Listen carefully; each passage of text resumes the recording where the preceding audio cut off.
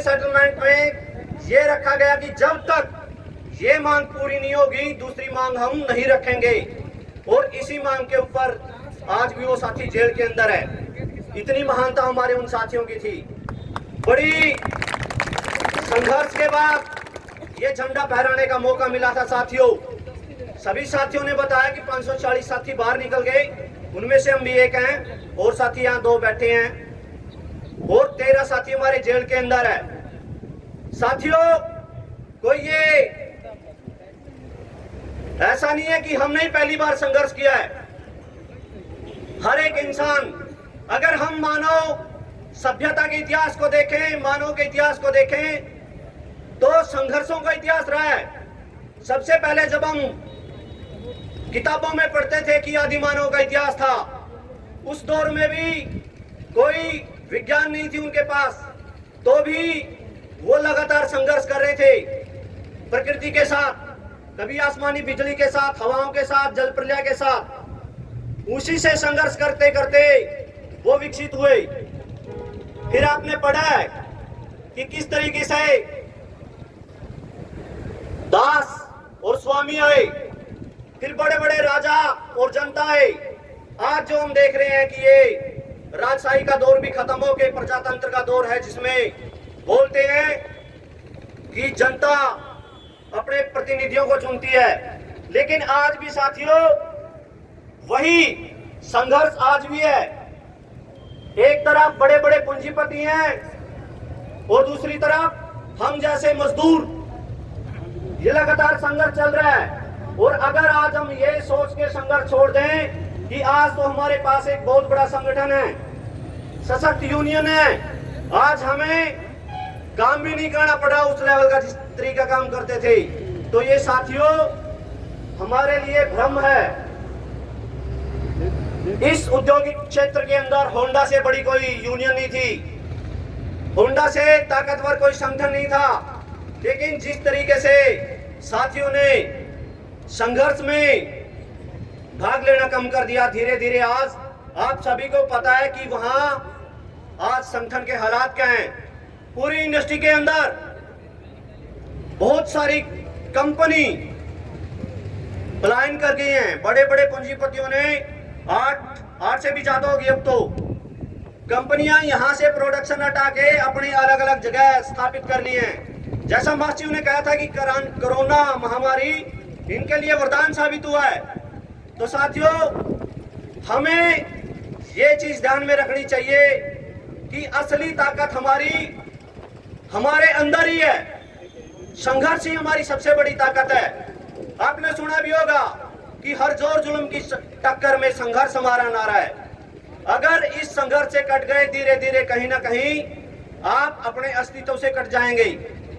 Union लगातार कमजोर होती जाएगी और एक ऐसा दौर आएगा जब लड़ाई का मौका आएगा आप लड़ने के काबिल ही नहीं रहेंगे। हमारे आसपास में ऐसे बहुत सारे उदाहरण हैं साथियों।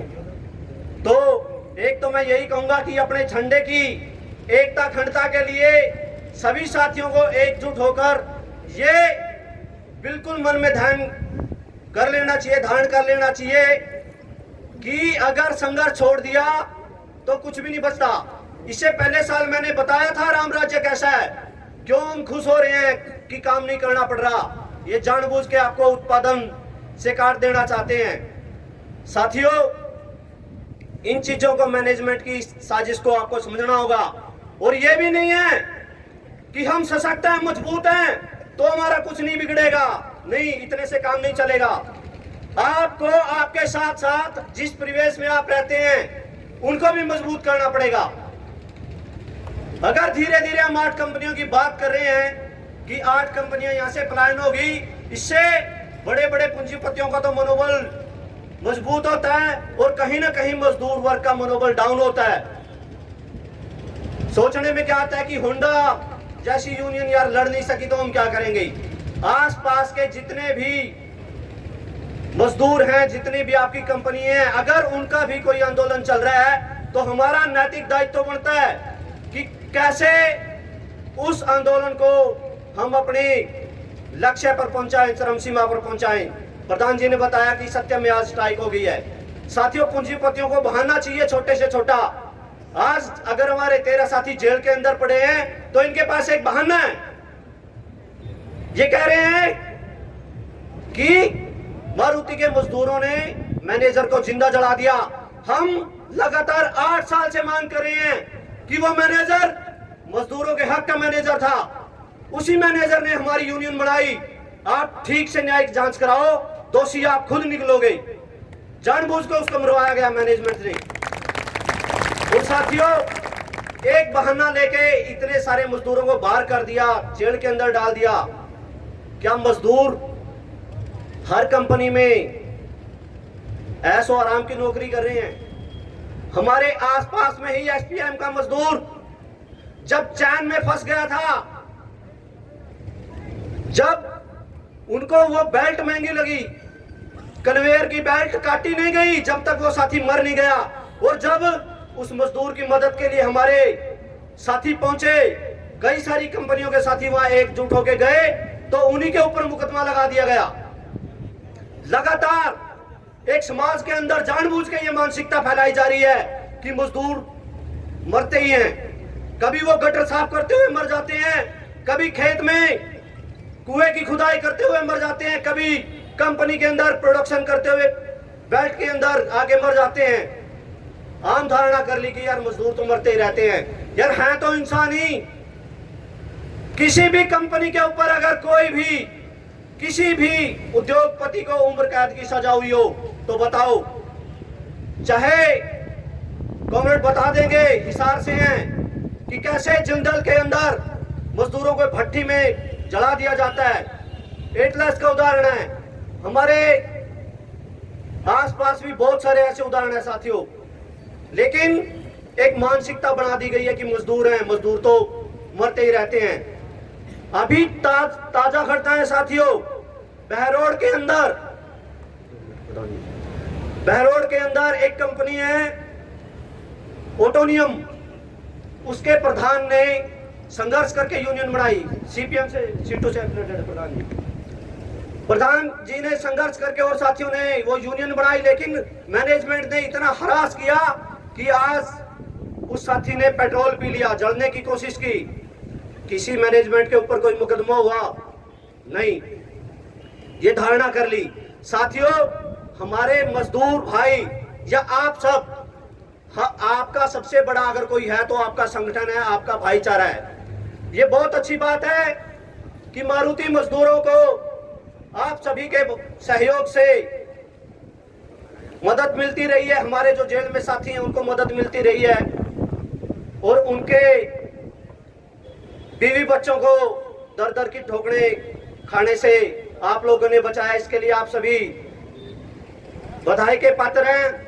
लेकिन साथियों, एक बात और सुनने में आई है, कुछ साथियों ने मुझे बताया कि कुछ साथियों की मानसिकता काफी गिर गई है। प्लांट के अंदर इस कलेक्शन के दौरान भी पता चला कि कुछ साथी बोलते हैं कि वो जेल में रहते रहते बहुत सारे पैसे कमा रहे हैं, हमसे ज्यादा पैसे जोड़ लिए। यार ये बहुत शर्म की बात है।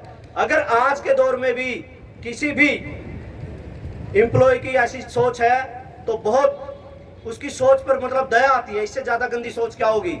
अरे आज आप अपनी आजादी का दाम लगा के देखो। 8 साल से वो साथी आपको तो ऐशो आराम की नौकरी के लिए छोड़ गए, और आप बोलते हो कि वो हमसे ज्यादा पैसा कमा रहे हैं। एक दिन के लिए आपका जेल के अंदर जाके देख लो साथियों, आपके परिवार को, आपको खुद पता लग जाएगा कि आजादी क्या चीज होती है। मैं यही कहूंगा, आप लोगों का सहयोग ही उन साथियों का मनोबल है। 546 साथी कुर्बान हुए साथियों, तब जाके इस झंडा में ये लाल रंग बरकरार है।